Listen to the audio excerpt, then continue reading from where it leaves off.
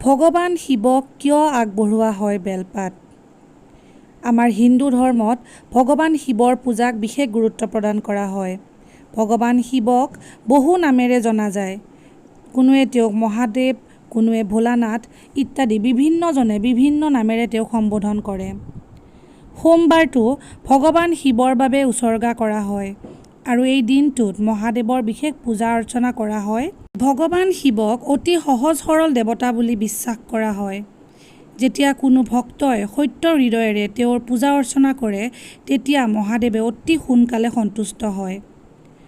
মহাদেৱৰ পূজাত বহু বস্তু আগবঢ়োৱা হয়, যিবোৰ বস্তু তেওঁৰ অতিকৈ প্ৰিয়, যেনে জলাভিষেক, দুগ্ধাভিষেক আৰু ফুলৰ লগতে বেলপত্ৰও মহাদেৱৰ অতি মৰমৰ। ভগৱান ভোলানাথক সন্তুষ্ট কৰিবলৈ বহু কঠিন তপস্যা কৰাৰ প্ৰয়োজন নাই। পানীৰ কলহ আৰু বেলপত্ৰ আগবঢ়াই তেওঁক সন্তুষ্ট কৰিব পাৰি।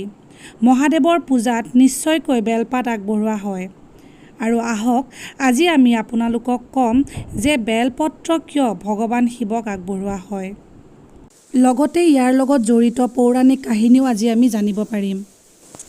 আপোনালোকে বাৰু সমুদ্ৰ মন্থনৰ বিষয়ে জানেনে? এবাৰ দেৱতা আৰু অসুৰৰ মাজত সমুদ্ৰ মন্থন হৈছিল আৰু সাগৰৰ এই মন্থনত ভাল আৰু বেয়া দুয়োটা কথাই ওলাই আহিছিল।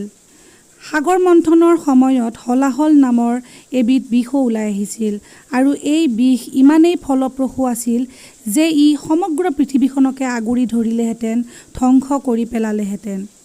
আৰু সেই বিষৰ মাৰাত্মক প্ৰভাৱৰ সন্মুখত সকলো দেৱতা যেন দুৰ্বল হৈ পৰিবলৈ ধৰিলে। সেই বিষৰ প্ৰভাৱ ৰোধ কৰাৰ ক্ষমতা যেন কাৰো নাছিল আৰু সেই সময়ত ভগৱান শিৱই সমগ্ৰ জগতক বচাবৰ বাবে এই বিষ পান কৰি তেওঁৰ ডিঙিত ৰাখিছিল।